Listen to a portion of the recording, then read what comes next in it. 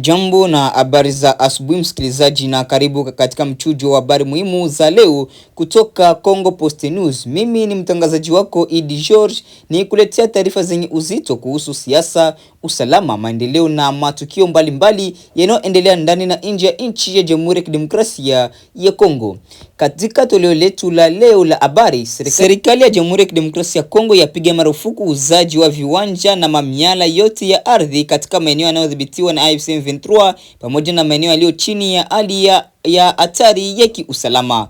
Kivu Kaskazini, watu 6 na wa familia moja wapoteza maisha katika ajali mbaya barabarani kwenye njia ya Beni Kasindi walipokuwa wakielekea kuhudhuria sherehe ya harusi mjini Butembo. Na katika nchi ya Burundi, maridhiano ya miaka 66 ya uhuru wa Jamhuri ya Kidemokrasia ya Kongo yafanyika kwa mafanikio jijini Bujumbura, yakisisitiza urafiki na ushirikiano wa kidiplomasia kati ya Kinshasa na Gitega. Na kuachana na hiyo, mtafahamu mengi yanayoendelea huko mashariki mwa Jamhuri ya Kidemokrasia ya Kongo. Vile kwenye mwisho wa habari tutakunga moja kwa moja na habari za kimataifa. Endelea kuwa nasi katika taarifa kamili za kila habari ndani ya matangazo yetu haya. Karibu. Tuanze na habari za mashariki mwa Jamhuri ya Kidemokrasia ya Kongo, ambako serikali ya DRC imetangaza hatua kali za kudhibiti shughuli zote zinazohusiana na ardhi katika maeneo yaliyo chini ya hali ya hatari ya kiusalama pamoja na maeneo yanayodhibitiwa na makundi yenye silaha, hususan maeneo yanayoshikiliwa na muungano wa AFC M23 katika eneo la mashariki mwa Jamhuri ya Kidemokrasia ya Kongo. Hatua hiyo imewekwa kupitia amri ya Rais namba 25/217 yani 25/217 ya tarehe 28 mwezi wa 5 mwaka 2025 iliyosainiwa mjini Kinshasa. Kwa mujibu wa amri hiyo, shughuli zote za kuuza viwanja, kuhamisha umiliki wa ardhi, kugawa maeneo mapya ya makazi pamoja na utoaji wa ardhi kwa watu binafsi au taasisi zimepigwa marufuku katika maeneo yote hadi pale yatakaporejeshwa chini ya mamlaka kamili ya serikali. Serikali imeeleza kuwa lengo kuu la uamuzi huo ni kulinda haki za wananchi waliolazimika kukimbia makazi yao kutokana na vita vinavyoendelea katika majimbo ya Kivu Kaskazini na Kivu Kusini. Maelfu ya familia zimeacha mashamba, nyumba na viwanja vyao wakikimbia mapigano, hivyo serikali inaona kuna haja ya kuzuia watu wengine kuchukua au kuuza mali hizo kinyume cha sheria. Kwa mujibu wa amri hiyo, shughuli zote zinazohusiana na usajili wa ardhi, utoaji wa hati mpya za umiliki, uchunguzi wa mipaka ya viwanja pamoja na ukusanyaji wa kodi na ada za ardhi katika maeneo yanayokaliwa na makundi yenye silaha yamesimamishwa. Serikali imesisitiza kuwa mikataba yoyote ya ardhi itakayofanyika katika kipindi hiki hakitatambulika kisheria na inaweza kufutwa mara moja. Vile mtu yeyote kiuka masharti ya ardhi hiyo anaweza kuchukuliwa hatua za kisheria. Serikali imeonya kuwa hakuna mamlaka ya eneo au mtu binafsi mwenye ruhusa ya kubadili ardhi ya umma au kufanya miamala ya ardhi katika maeneo yaliyotajwa. Katika maeneo yaliyo chini ya hali ya hatari ya kiusalama, serikali pia imeweka masharti mengine ya ziada. Miongoni mwa hayo ni kupunguza ukubwa wa ardhi inayoweza kutolewa kupitia maamuzi ya kiutawala ya ndani, kusimamisha ugawaji wa maeneo mapya ya makazi pamoja na kuzuia uhamishaji wa umiliki wa maeneo makubwa ya ardhi. Wachambuzi wa masuala ya ardhi na utawala wameeleza kuwa hatua hiyo inalenga kuepusha mgogoro ya umiliki wa ardhi ambayo mara nyingi huibuka baada ya vita kumalizika. Katika miaka iliyopita, baadhi ya maeneo ya mashariki mwa Jamhuri ya Kidemokrasia ya Kongo DRC yameshuhudia migogoro mikubwa ya ardhi baada ya wakazi waliokimbia kurejea na kukuta mali zao zimeuzwa au kukaliwa na watu wengine. Serikali ya Kinshasa inasema hatua hii pia inalenga kuhifadhi haki za wamiliki halali wa ardhi na kuweka mazingira mazuri ya kurejea kwa wakimbizi wa ndani mara tu hali ya usalama itakaporejea. Imefafanua kuwa marufuku hiyo itaendelea kutumika hadi hali ya hatari ya kiusalama itakapomalizika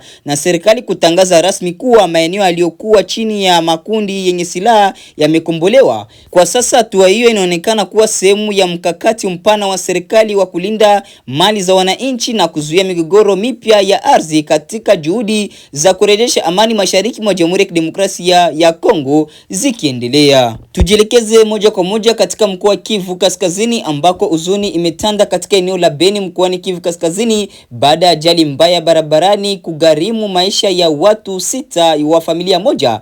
Ajali hiyo ilitokea Jumatatu tarehe 29 mwezi wa 6 mwaka 2026 kwenye barabara kuu inayounganisha mji wa Beni na mpaka wa Kasindi katika eneo la Makisabo sekta ya Rwenzori wilayani Beni. Kwa mujibu wa taarifa za awali, ajali hiyo ilihusisha gari ndogo lililokuwa likitoka Kasindi kuelekea Butembo na lori aina ya Fuso. Inaelezwa kuwa lori hiyo ilipoteza mwelekeo baada ya kifaa cha mfumo wa uendeshaji kinachosaidia kuliongoza lori kuharibika ghafla na kusababisha kugongana uso kwa uso na gari hilo ndogo. Ajali hiyo ilisababisha vifo vya watu 6 waliokuwa ndani ya gari ndogo. Wote walikuwa ni familia moja ikiwemo baba, mama na watoto wao 4. Kwa mujibu wa vyanzo vya eneo hilo, familia hiyo ilikuwa safarini kuelekea mjini Butembo kushiriki katika sherehe ya harusi ya ndugu yao wa kijamaa, safari ambayo kwa bahati mbaya iligeuka kuwa msiba mkubwa. Baada ya ajali hiyo, vikosi vya uokoaji pamoja na vyombo vya usalama vilifika haraka katika eneo la tukio kwa ajili ya kutoa msaada na kuondoa mili ya marehemu. Mamlaka husika zimeanzisha uchunguzi wa kina ili kubaini chanzo halisi cha ajali hiyo na kubaini iwapo kulikuwa na uzembe wa kiufundi au kibinadamu uliochangia kutokea kwa tukio hilo. Ajali hii imeibua tena mjadala kuhusu hali ya usalama barabarani katika barabara ya Beni Kasindi ambayo ni moja ya njia muhimu kwa usafirishaji wa watu na bidhaa huko mashariki mwa Jamhuri ya Kidemokrasia ya Kongo. Wakazi wanaotumia barabara hiyo wanasema ajali zimekuwa zikijirudia mara kwa mara kutokana na mwendo kasi, ubovu wa baadhi ya magari na changamoto za miundombinu. Wataalamu wa usalama barabarani wanaeleza kuwa matengenezo ya mara kwa mara ya magari, ukaguzi wa mifumo muhimu kama vile breki na usukumi, pamoja na kufuata viwango vya mwenendo vinavyoruhusiwa ni hatua muhimu za kuokoa maisha ya watumiaji wa barabara hizo. Ajali hiyo imeacha simanzi kubwa kwa ndugu, jamaa na wakazi wa eneo la Beni, huku wengi wakitoa salamu za pole kwa familia zilizopoteza wapendo wao na kuomba hatua madhubuti zichukuliwe ili kuzuia matukio kama hayo yasijirudie. Turudi katika siasa za vita vinavyoendelea mashariki mwa Jamhuri ya Kidemokrasia ya Kongo ambako mchakato wa mazungumzo ya amani unaoendelea mjini Doha nchini Qatar unaendelea kuzua mijadala mikubwa baada ya kiongozi wa muungano wa M23 Corneille Nangaa kueleza kutoridhishwa kwake na namna jumuiya ya kimataifa inavyoshughulikia pande zinazohusika katika mgogoro wa mashariki mwa Jamhuri ya Kidemokrasia ya Kongo. Katika kauli yake, Nangaa amesema kuwa inashangaza kuona M23 ambayo kwa mujibu wake imekuwa ikiheshimu makubaliano yaliyofikiwa katika mchakato wa Doha ndiyo inayokabiliwa na shinikizo pamoja na vikwazo kutoka kwa baadhi ya mataifa na taasisi za kimataifa. Amesisitiza kuwa upande wa serikali ya Kinshasa haujawahi kuwekewa vikwazo wala kulaumiwa rasmi kwa kile anachodai ni kushindwa kutekeleza baadhi ya ahadi zilizotolewa wakati wa mazungumzo hayo. Kwa mujibu wa Corneille Nangaa, hali hiyo inaonyesha kile alichokiita ukosefu wa usawa katika namna jumuiya ya kimataifa inavyotathmini wajibu wa kila upande katika kutafuta suluhisho la mgogoro unaoendelea mashariki mwa Jamhuri ya Kidemokrasia ya Kongo DRC.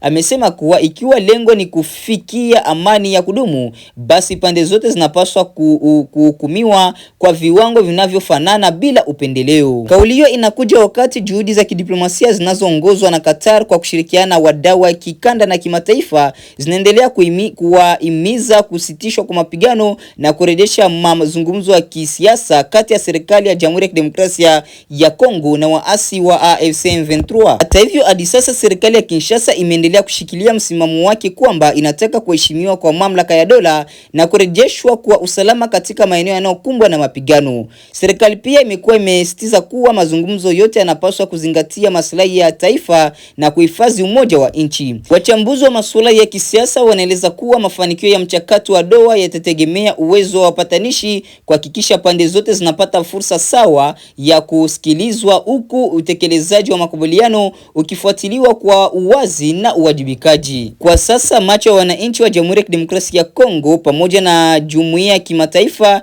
yanaendelea kuelekezwa mjini Doha, wakisubiri kuona kama mazungumzo hayo yatazama matokeo yatakayochangia kurejesha amani ya kudumu katika eneo la mashariki mwa Jamhuri ya Kidemokrasia ya Kongo. Na turudi katika mkoa wa Kivu Kaskazini ambako habari njema zinaendelea kushuhudiwa katika jimbo la Kivu Kaskazini baada ya usafiri kati ya mji wa Goma na eneo la Kiwanja kurejea rasmi kufuatia kukamilika kwa ukarabati wa daraja la Nyahanga ambalo limekuwa limeharibika na kusababisha usumbufu mkubwa kwa wasafiri na wafanyabiashara. Daraja hilo ni mojawapo ya miundombinu muhimu yanayounganisha maeneo mbalimbali ya jimbo ya Kivu Kaskazini.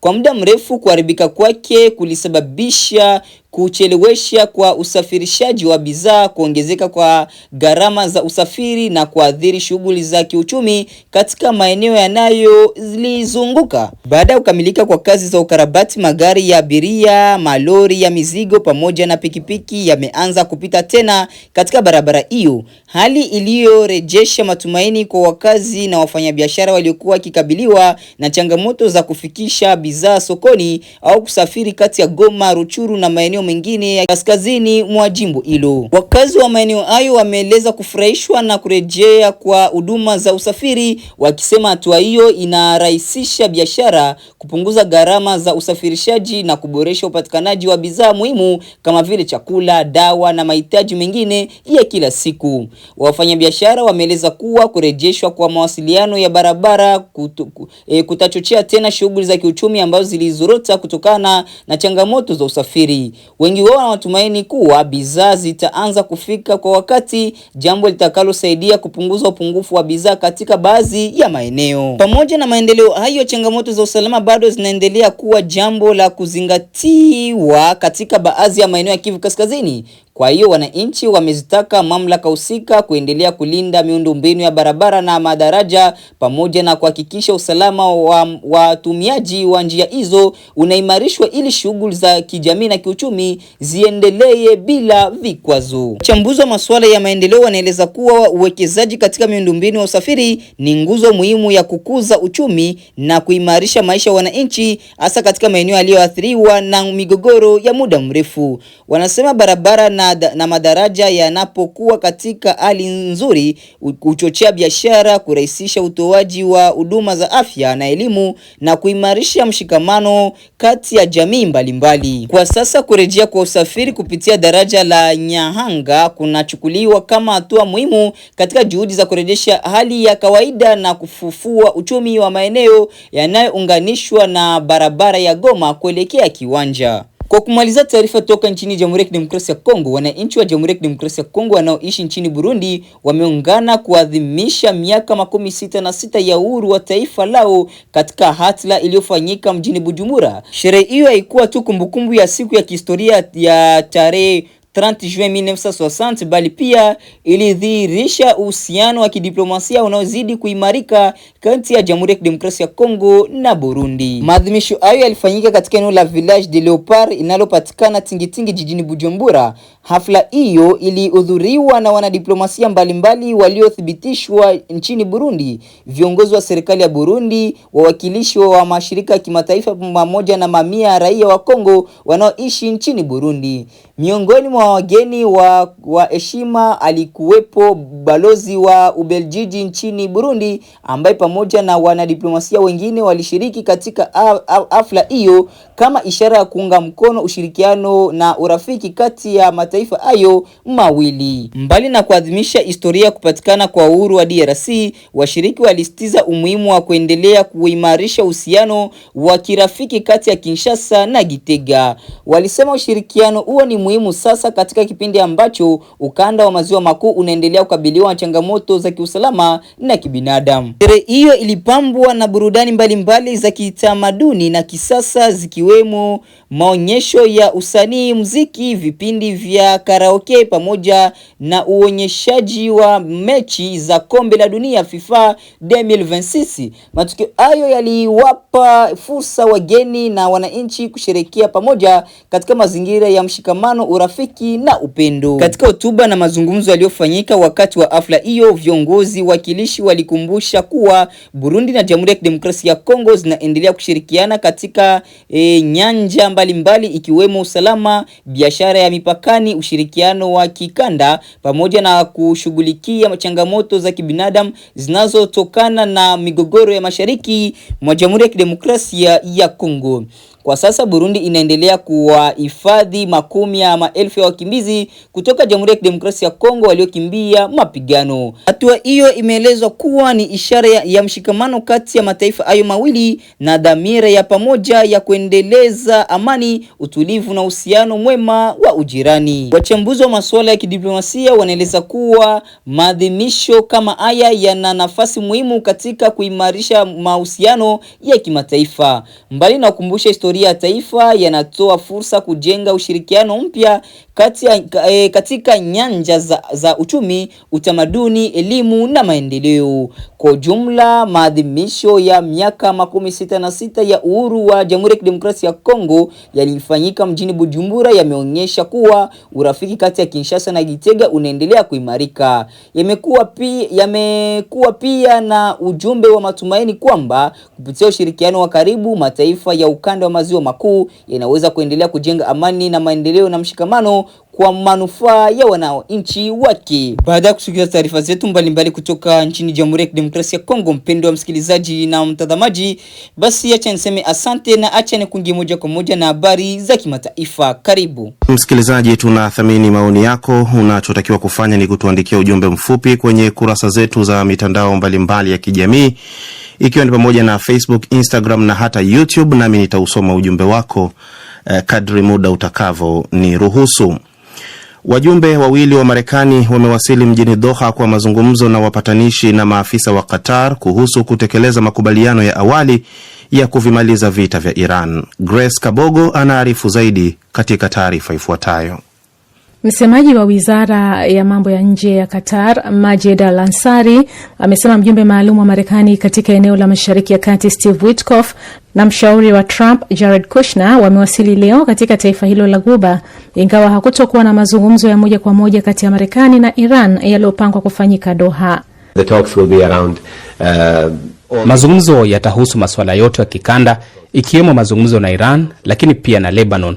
Hivyo hawako hapa kwa mazungumzo ya moja kwa moja na wa Iran au mikutano inayohusiana. Kama tulivyoweka wazi hapo awali, mikutano ya ngazi ya juu itafanyika tu huku mikutano ya kiufundi ikileta matokeo mazuri, na mikutano ya kiufundi inaendelea. Ziara ya Witkoff na Kushner inafanyika baada ya mapigano yaliyotokea mwishoni mwa juma lililopita katika Ghuba ya Uajemi kuhusiana na mlango bahari wa Hormuz. Kulingana na Al-Ansari, mazungumzo ya kiufundi kati ya maafisa wa ngazi ya chini yalihusisha suala la nyuklia, uchumi na utendaji wa serikali pamoja na usalama. Msemaji wa Wizara ya Mambo ya Nje ya Iran, Ismail Bakei, amesema nchi hiyo inapeleka ujumbe wake Qatar wiki hii, ingawa haina mpango wa kukutana na ujumbe kutoka upande wa Marekani katika ngazi yoyote ile katika siku zijazo. Akizungumza leo na waandishi habari, Bakei amesema kitakachofanyika kesho mjini Doha ni mazungumzo na upande wa Qatar kuhusu utekelezaji wa vipengele vya hati ya maelewano, ikiwemo kuachiliwa kwa mali za Iran zinazozuiliwa. Katika hatua nyingine, Iran imesema itajibu ukiukaji wowote wa Marekani kuhusu hati ya maelewano yenye lengo la kumaliza vita vya Mashariki ya Kati. Wizara ya Mambo ya Nje ya Iran imesema leo kuwa kitendo chochote cha uchokozi dhidi ya malengo ya Jamhuri ya Kiislamu ya Iran kitajibiwa kwa haraka. Iran imebainisha kuwa vitendo kama hivyo vinakiuka kifungu cha kwanza cha hati ya maelewano, na ikiwa ukiukaji huo utarudiwa na kuendelea, mwendelezo wa mchakato huo utajibiwa vikali. Hatua ya Iran na Marekani kushambuliana mwishoni mwa juma lililopita ilizusha wasiwasi kwamba mazungumzo ya kumaliza rasmi vita yanaweza kutatizwa. Iran ilizishambulia mara 2 meli katika mlango bahari wa Hormuz, ikiwemo meli ya mafuta iliyokuwa na mafuta ghafi ya Qatar. Mashambulizi hayo yalisababisha Marekani kulipiza kisasi kwa kufanya mashambulizi ya anga. Siku ya Jumapili, Iran nayo ilizishambulia Bahrain na Kuwait kwa droni na makombora. Shukran Grace Kabogo. Maandamano ya kupinga uwepo wa wahamiaji nchini Afrika Kusini yamehitimishwa kwa amani katika maeneo mengi ya nchi hiyo, licha ya kuripotiwa kwa matukio machache ya uvunjifu wa amani katika miji ya Johannesburg na Durban, ambako bidhaa ziliporwa kutoka duka moja linalomilikiwa na raia wa kigeni. Baadhi ya waandamanaji wameiambia DW kuwa wanataka wahamiaji warejee katika nchi zao za asili, hata wale wenye vibali halali vya kuishi na kufanya kazi nchini Afrika Kusini. Wakati maandamano hayo yakiendelea, serikali ya Kenya ilikuwa ikiendelea na zoezi la kuwarejesha nyumbani kwa hiari baadhi ya raia wake waliokuwa wakiishi nchini humo bila vibali halali. Mwandishi wetu Bryson Bichwa anaripoti kutoka Pretoria. Maandamano hayo yaliyoandaliwa na makundi yanayopinga uwepo wa wahamiaji yamefanyika katika miji mbalimbali ikiwemo Pretoria na Johannesburg. Waandaaji wameiambia DW kuwa ongezeko la wahamiaji, wakiwemo wanaoishi humo nchini bila vibali, wanachangia ukosefu wa ajira, uhalifu na kuyumba kwa huduma za kijamii. Hata hivyo, baadhi yao wamesisitiza kuwa wanataka hata wahamiaji wenye vibali halali waondoke nchini, kama anavyofafanua Azwala Mpano, mmoja wa waandaaji wa maandamano hayo hapa Pretoria. Hata kwa wale wenye vibali vya kuishi nchini, tunataka waondoke katika nchi yetu na warejee kwao, ili watatue changamoto zinazowakabili katika mataifa yao, nasi tupate fursa ya kushughulikia na kutatua matatizo yanayokabili nchi yetu. Licha ya maandamano hayo kuwa ya amani katika maeneo mengi, hali ya taharuki ilishuhudiwa katika baadhi ya mitaa katikati ya jiji la Durban, ambako kundi la watu lilivamia na kupora bidhaa katika duka linalomilikiwa na raia wa kigeni. Kutokana na tahadhari iliyotolewa na mamlaka, wahamiaji wengi waliamua kubaki majumbani mwao kwa hofu ya usalama wao, hatua iliyosababisha shughuli nyingi za kiuchumi kuathirika, kama anavyofafanua James Ngobongo, Mtanzania anayeishi jijini Johannesburg, na Margaret Odhiambo kutoka Kenya. Sijaenda kazini sababu mapolisi walitoa angalizo kwamba kama unajua una makaratasi, kwa maana ya una documents au huna, kwa usalama unaweza kukaa kwanza ndani, huku wao wakitimiza wajibu wao. Kazi zenu zimeathirika kwa kiasi gani? Kwa kiasi kikubwa sana, sababu hata jana kila mahala mkikutana na South Africa unaambiwa wahambe hamba, maana yake muondoke mwende kwenu. Ninahofia kutoka juu ya vile walisema. Sijui, tunaongoja tu leo tuone vile itakuwa. Sasa sasa hatujui kama itaendelea ama haitaendelea, sijui, lakini nasikia tu hata hakuna usalama, askari wanalinda, hata hakuna shida, wana demonstrate peacefully na huko Joburg. Sambamba na maandamano hayo, serikali ya Kenya iliendelea na zoezi la kuwasaidia baadhi ya raia wake waliokuwa wakiishi hapa Afrika Kusini bila vibali halali kurejea nyumbani kwa hiari. Leo ndio siku ya mwisho ya muda uliowekwa na waandaaji wa maandamano haya. Kutokana na hofu tulionayo kuhusu usalama wa maisha yetu, tumeamua kuondoka. Hali hii imekuwa si nzuri, hasa katika maeneo tunaishi kama Durban, Eastern Cape na sehemu nyingine. Ndio maana tumeamua kwamba ni bora sasa turudi nyumbani. Kufikia jioni ya leo, hali ya usalama ilikuwa imerejea kuwa ya kawaida katika maeneo mengi yaliyoshuhudia maandamano, huku polisi wakiendelea kufanya doria ili kuzuia matukio mengine ya uvunjifu wa amani. Bryson Bichwa, DW, Pretoria, Afrika Kusini. Na mgogoro ndani ya chama cha siasa cha CUF kilichowahi kuongoza kambi za upinzani nchini Tanzania umeendelea kufukuta baada ya viongozi wa chama hicho upande wa Zanzibar kutangaza kujiuzulu nafasi zao siku ya Jumapili.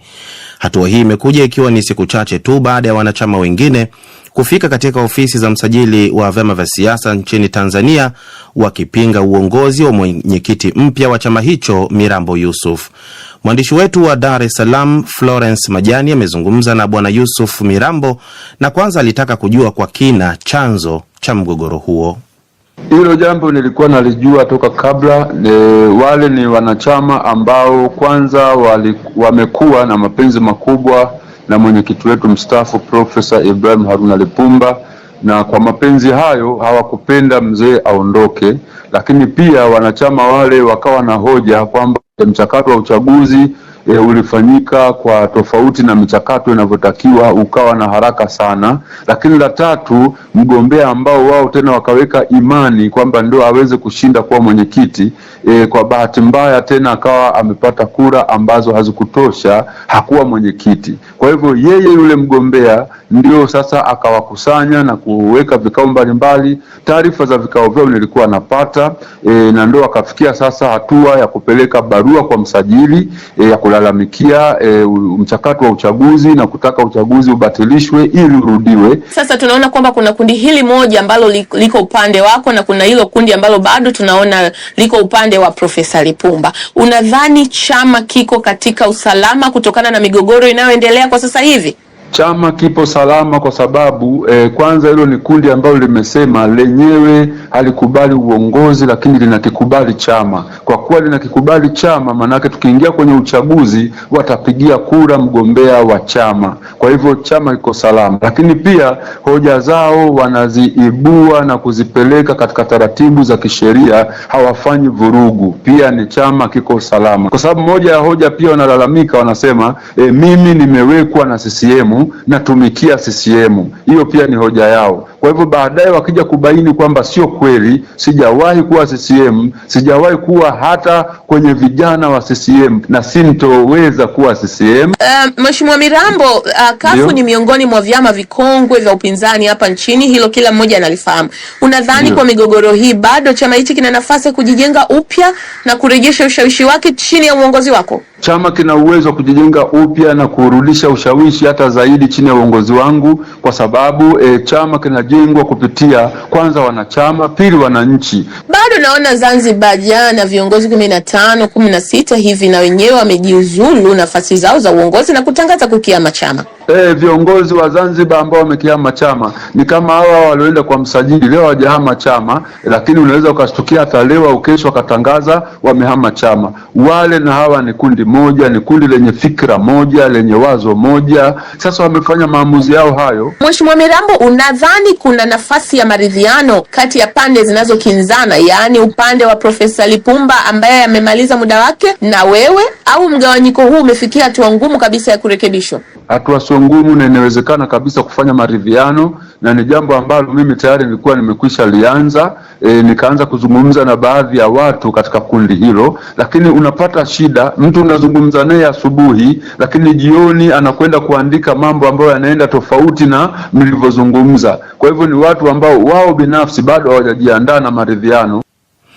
Ni mwenyekiti mpya wa chama cha CUF Mirambo Yusuf alipohojiwa na mwenzangu Florence Majani. Nani hapo ndivyo tunapohitimisha matangazo yetu ya habari za asubuhi ya leo, ikiwa ni tarehe 1 mwezi wa 7 mwaka wa 2026. Asante mpendwa msikilizaji na mtazamaji, chao.